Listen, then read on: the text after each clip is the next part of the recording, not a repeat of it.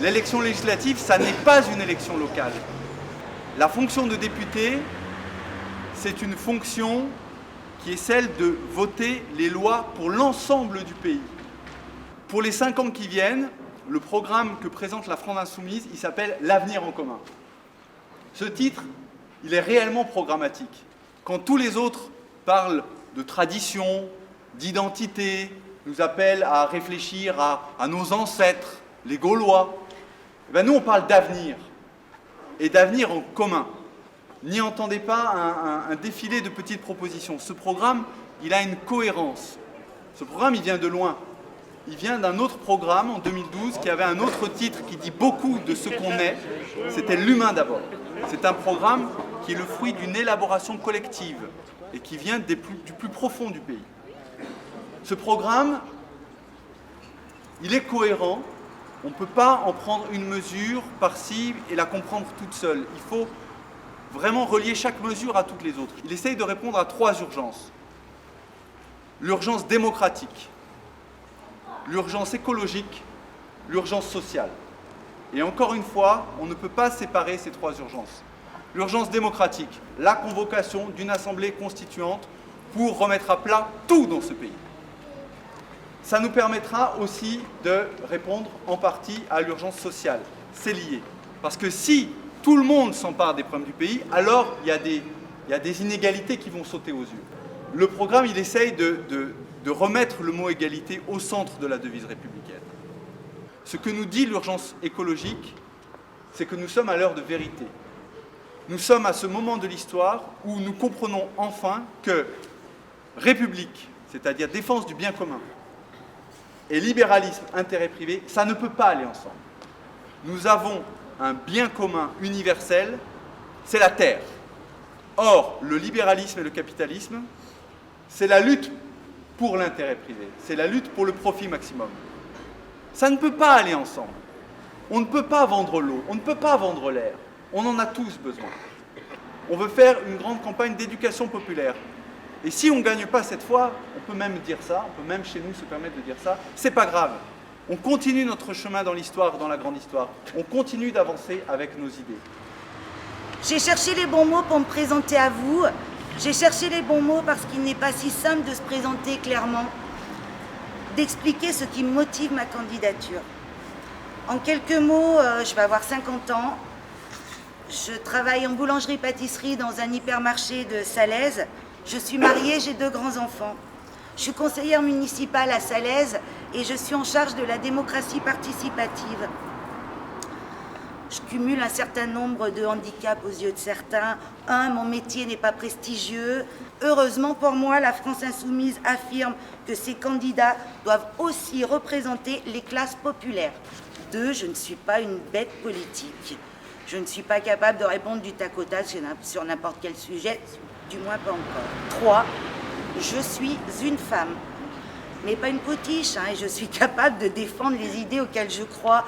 Et de tous ces handicaps, je vais en faire une force et les mettre au service de notre programme L'Avenir en commun. Nous, insoumis, nous réclamons le droit de participer concrètement à la vie politique. Or, aujourd'hui, en avons-nous les moyens ? Au niveau national, une fois nommés, nos élus ne nous représentent plus comme ils sont censés le faire. Ils oublient de venir puiser dans la richesse de nos expériences complémentaires pour faire de la politique. C'est pourquoi la sphère du politique s'éloigne de plus en plus de la société civile. Une des conséquences concrètes pour nous, depuis des années, nous assistons au démantèlement des services publics.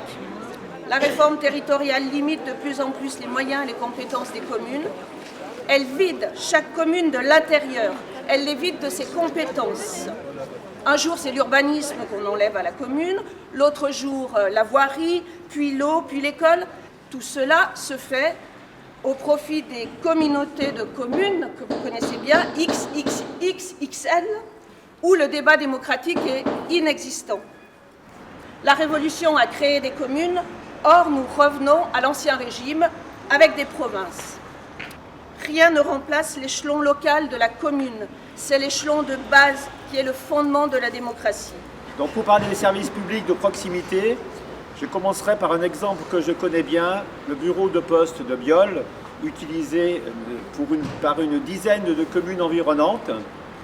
Ça fait bientôt un an que nous expliquons au maire de Biol d'abord, et maintenant aux élus et aux autorités, députés, ministres de l'aménagement du territoire, préfets, sous-préfets, que de maintenir un service public de proximité comme la Poste pour des milliers d'habitants, c'est moins de problèmes, moins de frais de transport, moins de pollution pour tous ces gens. Et tout cela, c'est en totale cohérence avec la planification écologique que l'on veut mettre en place. Sur l'agriculture, c'est la même logique que l'ensemble du programme et sur l'ensemble des autres secteurs. Il s'agit de sortir d'un modèle qui a été développé essentiellement depuis l'après-guerre, sur une logique extrêmement capitaliste et productiviste. On arrive à une limite où les prix sont en dessous des coûts de production et on arrive à un système qui est dans une impasse totale parce qu'il détruit les humains qui y bossent, on détruit l'environnement, vous le savez. Donc du coup, il faut planifier cette transition sur un temps un peu long. Donc le programme prévoit de la planifier sur 10 ans. L'idée étant d'aller à des systèmes biologiques sans aucun intrant chimique qui permettent de retrouver un système qui ne pollue pas, qui ne nous donne pas une alimentation avec des résidus de pesticides, qui entretient un petit peu mieux les campagnes. On sort d'une opposition entre les agriculteurs méchants pollueurs de la planète et la société. On a un programme qui s'appelle l'Avenir en commun, Vivre ensemble, et le programme qui est proposé permet d'abord de redonner des conditions positives de travail et de vie et de production de notre alimentation aux exploitants agricoles et qu'on soit tous dans le même objectif et qu'on ait un intérêt commun à ce changement de modèle. Donc l'avenir en commun, c'est aussi au niveau de la planète. On fera tout également pour que le développement de notre agriculture ne se fasse pas au détriment du développement de l'agriculture des autres pays qui eux-mêmes doivent faire cette transition et doivent développer leur agriculture vivrière, leur agriculture de proximité. Alors je voulais présenter le programme des Insoumis pour lutter contre l'inégalité d'accès aux soins sur deux sujets, la sécurité sociale et les déserts médicaux. Le but du programme des Insoumis, c'est revenir à une sécurité sociale à 100%. 100%, ça paraît un peu utopique, mais en Alsace-Moselle, on a déjà une sécurité sociale qui est à 90%. Arriver à une sécurité sociale à 100%, ça serait intégrer les mutuelles à la sécurité sociale.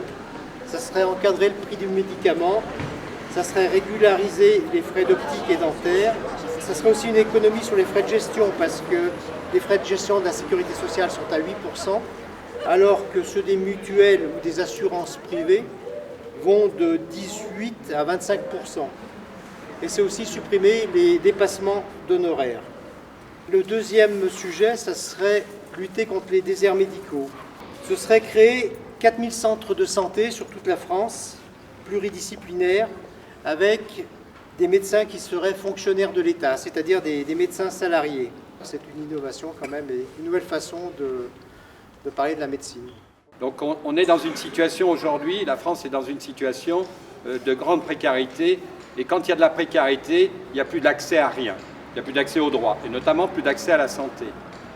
Donc le programme s'est emparé aussi de ces questions-là, notamment sur la question des ressources. Premièrement, vivre avec moins de 900 €, c'est une impossibilité effectivement à un moment donné de vivre dignement. Donc le programme prévoit que tous les minima sociaux soient revalorisés et soient effectivement au-dessus de ce seuil et au-dessus de ce seuil de pauvreté. Le deuxième élément du programme qui me paraît aussi fondamental dans le vivre dignement, c'est la question du logement. On est dans des situations dans ce programme qui vont permettre à un moment donné à un certain nombre de personnes qui sont aujourd'hui placées dans la plus grande précarité et qui n'ont ni accès aux soins, ni accès à des droits fondamentaux, de pouvoir au moins avoir un chez-soi, puisque le chez-soi, c'est le début de la possibilité d'accéder aux choses de la vie. Alors, le livret consacré à l'égalité homme-femme fait le constat de la domination patriarcale et réclame l'égalité réelle ici et maintenant. Tout d'abord, garantir l'autonomie des femmes, c'est agir dans le champ du travail. Il faut savoir que 82% des emplois à temps partiel sont féminins. Et souvent, ce temps partiel n'est pas choisi. Ensuite, affirmer le droit des femmes à disposer de leur corps.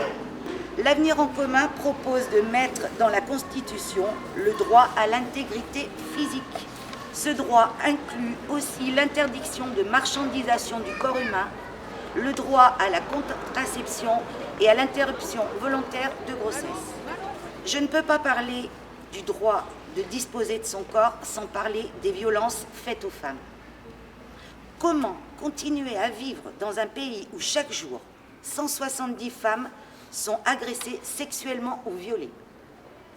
Comment continuer à vivre dans un pays où, au cours de sa vie, une femme sur 3 subira des violences physiques? Notre programme propose d'abolir la prescription pour les crimes à caractère sexuel. Il propose d'instaurer des plans de lutte contre les violences sexistes. Notre société a fait d'une différence physique une différence sociale. Le genre est un système cohérent qui trie les choses, les individus et les hiérarchise. L'Avenir en commun propose de lutter pour une égalité des sexes en instaurant une stricte parité au niveau politique et dans le gouvernement, mais aussi en développant une culture et une pédagogie de l'égalité ou, plus symboliquement, la féminisation des titres. La culture, dans notre esprit, c'est avec l'école la grande émancipatrice.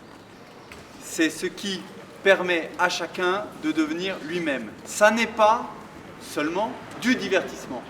Et par exemple, nous proposons que 1% du PIB, produit intérieur brut, de la richesse totale du pays, soit consacré à la culture. Et pas seulement les 1% du budget.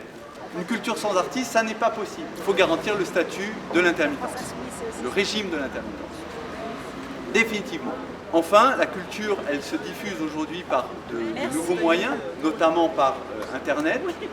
Nous proposons la création d'une grande médiathèque nationale en ligne, où chacun pourrait télécharger des livres, des films qui sont libres de droit, des musiques qui sont libres de droit. Une dernière chose sur la culture, c'est qu'on veut passer à une autre étape de la décentralisation.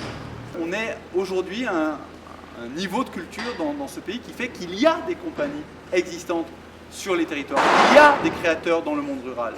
Et ce que nous proposons, c'est de leur laisser toute leur place. Ça ne veut pas dire se fermer et ne prendre que les artistes du coin, mais ça veut dire permettre une vraie vie artistique sur les territoires et pas seulement une forme de néocolonialisme qui vise à aller donner aux bouseux qui sont un peu trop loin de Grenoble et Lyon un peu de bonne culture. Voilà.